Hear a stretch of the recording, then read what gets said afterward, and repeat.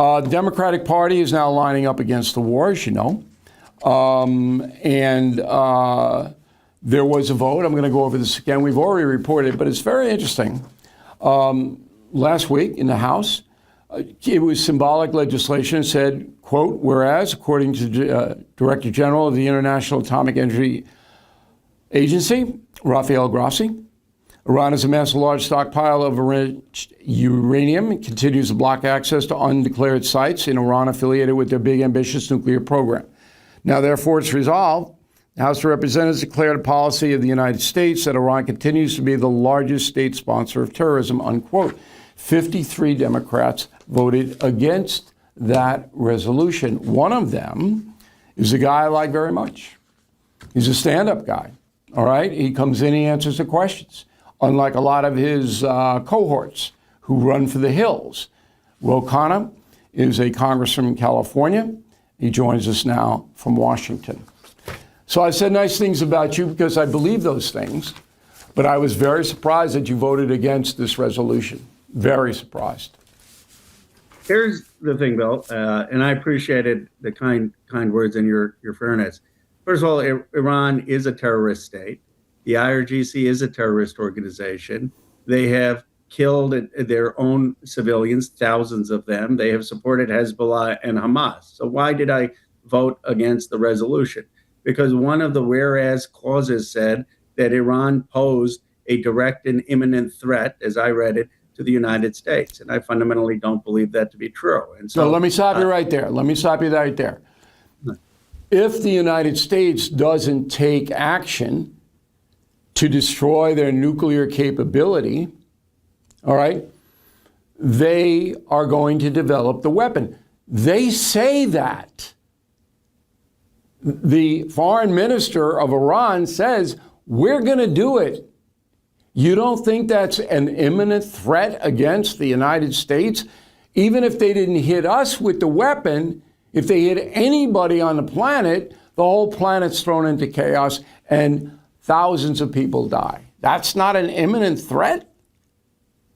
I do believe that it should be United States policy for Iran not to get the bomb.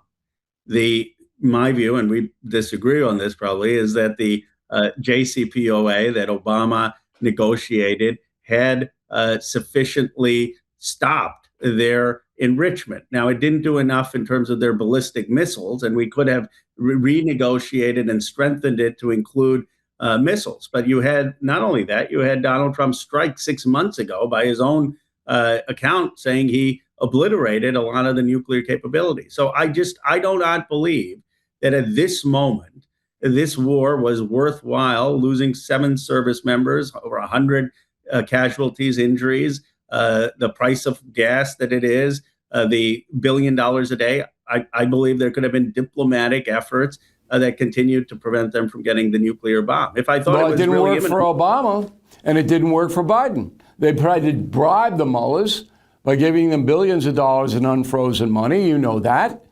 And they told John Kerry, the secretary, to say, no, we'll stop. We're not going to enrich our uranium to the weapons grade. And now the UN, you don't have to believe Trump.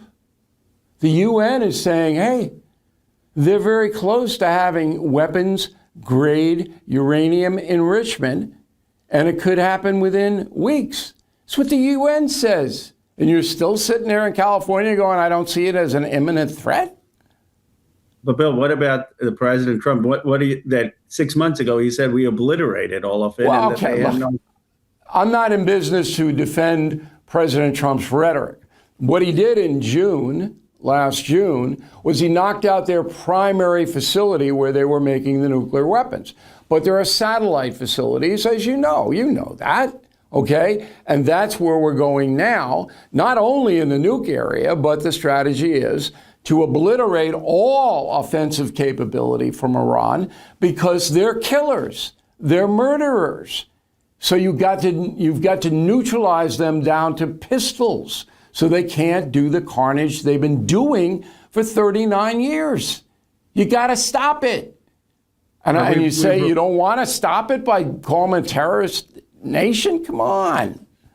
Well, they are a terrorist nation. I have no problem calling them a terrorist nation. But you voted against the resolution. because of the whereas clauses where it said it was an imminent threat, where we respectfully disagree here that, I don't believe it was an imminent threat. If there was a clear resolution saying it's a terrorist state, of course it's a terrorist state. But Bill, what do you think so far we've accomplished? I'm hoping that we'll accomplish more. I believe the war is wrong, but we've replaced Khamenei, who was 86-year-old, with Khamenei Jr., who was 56-year-old, who was more of a hardliner.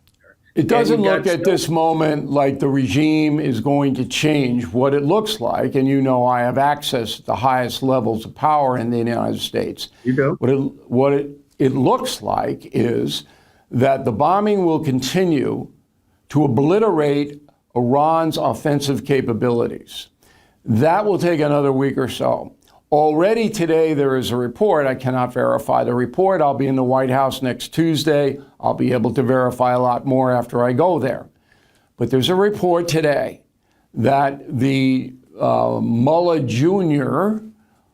has said we want now to talk. So the Iranians obviously are getting the hell kicked out of them. And this is a threat to them. And they wouldn't be in power if they didn't kill 30,000 of their own countrymen. Okay. No question. And so they'll probably open talks, and then Trump will impose what he wants.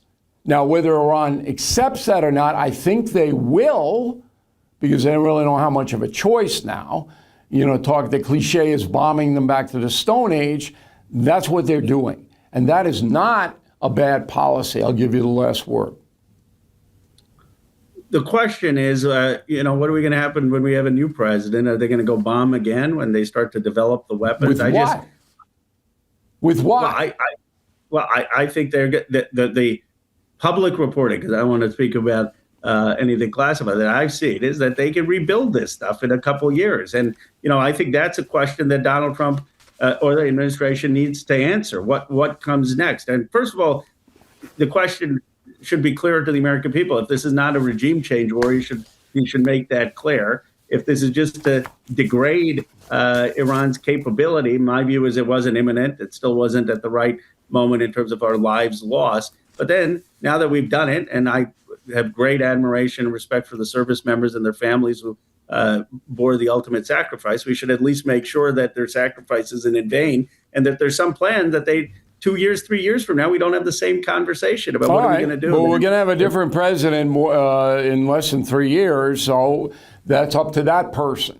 Look, when they defeated Hitler, they got another problem with Stalin. But that doesn't mean you don't defeat Hitler.